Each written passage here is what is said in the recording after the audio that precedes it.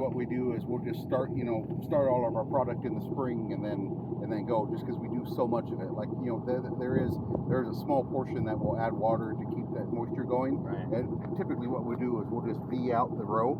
We'll make a big V in the row, and then we'll come in with a wagon and just apply moisture into it. And these machines are equipped like with spray bars and stuff in them, but we just have so much going on, and we're not set up for that. So when we do incorporate moisture, we'll just V out the rows and then do it. And typically we can get it turned without having to add too much moisture. If we have some real dry product, sometimes we'll just blend some real wet product right next to it, and it's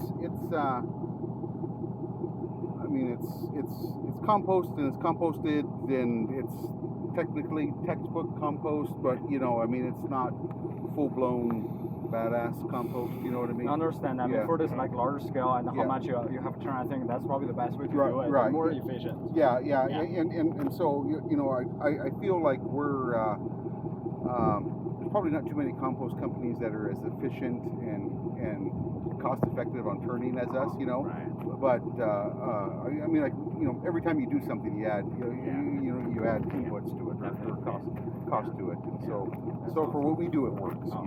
So how long is the shelf life? I don't know. Maybe a better word, from start to end. We're about everything we do. We're about 20 weeks. 20 so weeks. Yeah, maybe 20, 22 weeks, and then so we'll put it out. We'll let it sit a little while. Sometimes we'll let it sit a month. Sometimes we'll let it sit a couple weeks, and then we'll start turning it. Typically, when we first turn it, we'll just turn it, one or two times, and just kind of get it going a little bit, and then we increase our turning intervals, and then towards the end, then we'll kind of spread those out a little bit, and then we might let it sit for a couple weeks, depends on what's going on, 2-3 weeks, and then maybe we'll turn it once, and then we'll start to screen it. You know what I mean? And so we just kind of let it cure out, and some of it we take a little bit more mature or to a drier moisture content, typically like our bedding for the free stalls, we try to get 17 to 20%,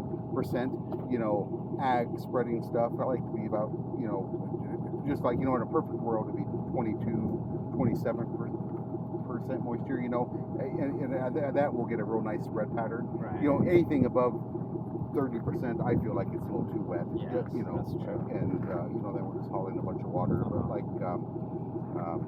when the compost gets extremely dry, we actually don't get as good of a spread pattern on it versus a little bit more moisture. Yes, sir. Just a couple more quick questions. Yeah. Since you mentioned spread, so how a majority of those composts will go?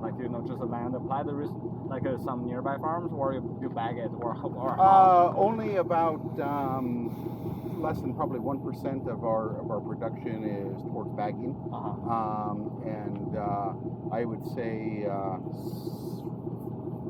70% of it is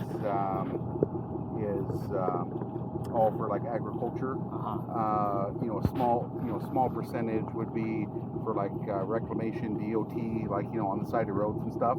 And then the remainder, maybe 5% or something like that. And then the remainder of it goes back on the dairies for bedding, in the free stalls or the cross fence that you saw. That's great. One last question I can think right now is, the weather here is kind of interesting. Summer can get hot and dry. Winter can freeze sometimes. How this affect? Do you do this operation year long? Sometimes. Depends on the year. Okay. So usually we really get rolling in March. Sometimes we'll have a real wet March, and we'll kind of slow down a little bit. Maybe we turn the product once or twice in February. Sometimes, and then we haul ass till. Most of our product is done by August, September. We'll have a little bit, or maybe a second batch that'll go till October, November. By Thanksgiving, we probably better be just about done. We're still probably doing stuff, but it all depends on the moisture too. Sure. Awesome.